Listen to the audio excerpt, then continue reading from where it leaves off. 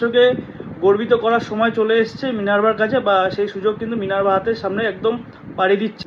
Minerva একাডেমিকে hats off Minerva একাডেমিকে, যে আবারও একটি টুর্নামেন্টের ফাইনালে কিন্তু মিনার্ভার ইউথ টিম। আমরা ইতিমধ্যে জানি যে Helsinki cup 2026 Minerva academy under 14 team champion হয়েছিল।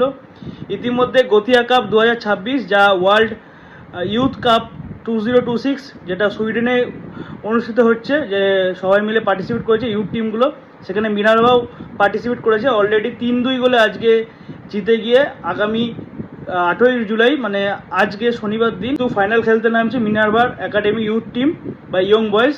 তো আমাদের শুভেচ্ছা রইল, আবারও ভারতবর্ষকে গর্বিত করার সময় চলে এসেছে মিনার্ভার কাছে, বা সেই সুযোগ কিন্তু মিনার্ভা হাতের সামনে একদম পাড়ি দিচ্ছে। দেখা যাক মিনার্ভা এই ট্রফিটাও লিফট করতে পারে কিনা। তো আমাদের শুভকামনা এবং শুভেচ্ছা দুটোই রইল মিনার্ভা একাডেমির জন্য বা ইয়ং ছেলেদের জন্য। আমাদের শুভকামনা রইল। দেখা যাক মিনার্ভা চ্যাম্পিয়ন হতে পারে কিনা এই গতিয়া কাপ 2026।